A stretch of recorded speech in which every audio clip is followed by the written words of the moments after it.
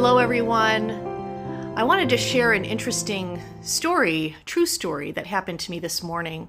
I was taking a walk outside and I happened to be walking, and this older gentleman in a mobile wheelchair with an American flag passed by, and we said hello, and then he stopped and he wanted to talk, and so we chatted, and he started talking to me about how he was in the Air Force and how he loves Jesus, and how his wife of many years passed away due to an accident.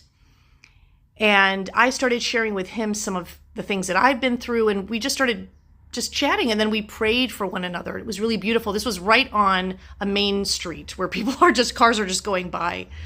And it was just so beautiful. And then as I was walking back from my walk, I came across a blind man outside of the library because I had to use the restroom in the library. And this blind man, I said, hello. He goes, elbow, elbow. I said, oh, and he goes, can I use your elbow? I said, yes, you can use my elbow. And so he was being guided by my elbow. And he said, well, I'm autistic too, not just blind. I said, oh, okay. And I asked him, I said, do you believe in Jesus? And he said, yes, I do. And he actually screamed. He said, yes, I do. And I was like, oh, that's so wonderful. And he was just sharing why he went to the library. And then, we blessed each other, and then I went on my way.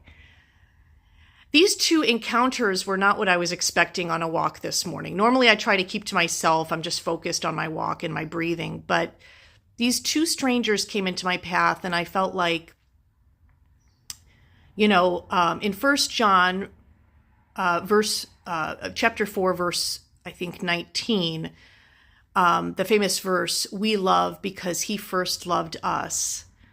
And now that I think about it, these encounters really were an act of love. It was an act of just stopping and speaking and looking into the eyes of strangers and talking about Jesus with them and praying with each other. And it was just so moving, and it just made me think really how God's power and God's love ought to move in the world. It's not confined within the church walls, and it's not confined within our homes, although it ought to be in the home for sure.